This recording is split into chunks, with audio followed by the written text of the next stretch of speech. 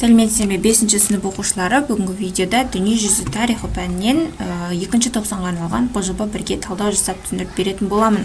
Оқушылар, видеоны көріп басамыз бұрын каналға тіркеліп кетейік, тіркелмеген оқушылар болса, және каналда белсенділік танытып, яғни сұрақтарың болып жатса, немесе пікірлерің болып жатса, комментарийге жазсаңдар болады. Және де видео ұнап, пайдалы болып жатса, достарыңмен, класстастарыңмен бөлісіп кетсеңдер болады, иә.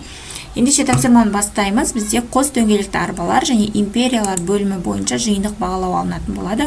Оған 20 минут уақыт беріледі және де 2 тапсырма бар. Бірінші, қуатты империялардың пайда болуына әсер еткен жағдайларды анықтаңыз. Яғни, қуатты империялардың пайда болуына 5 түрлі жағдай әсер еткен екен. Бірінші жағдай ол соғыс арбаларының болуы, екінші жағдай әскердің дамуы, үшінші жағдай атты әскердің болуы, төртінші жағдай қаланы басып алу тәсілдерінің мықты болуы, бесінші жағдай империя шекараларының өзгеруі екен. Осы 5 жағдай қуатты империялардың пайда болуына әсер етіп, империялар құрылған екен. Келесі екінші тапсырма басқыншылық соғыстардың салдарының әрбір салаға әсерін мысалдармен дәлелдеңіз дейді. 3 түрлі сала, яғни шаруашылыққа, мәдениетке және мемлекеттің құрылуына әсерін жазамыз. Бірінші, шаруашылық әсері бау-бақшаларда қауын, қарбыз, көкөністер, жүзім мен жеміс ағаштары өсірілді.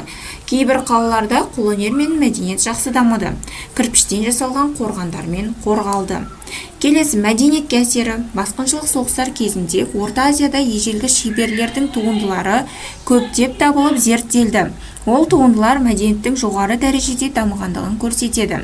Келесі, мемлекеттің құрылуына әсері. Орта Азияда ежелгі мемлекеттер Кушан патшалығы, Парфия патшалығы, ежелгі Бактрия патшалығы құрылған екен.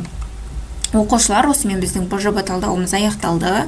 Каналда 5-ші сыныптың басқа да пәндерінен ПЖБ 1, ПЖБ 2 және де ТЖБ тапсырмалары шығып жатыр. Кіріп қарап көрсеңдер болады.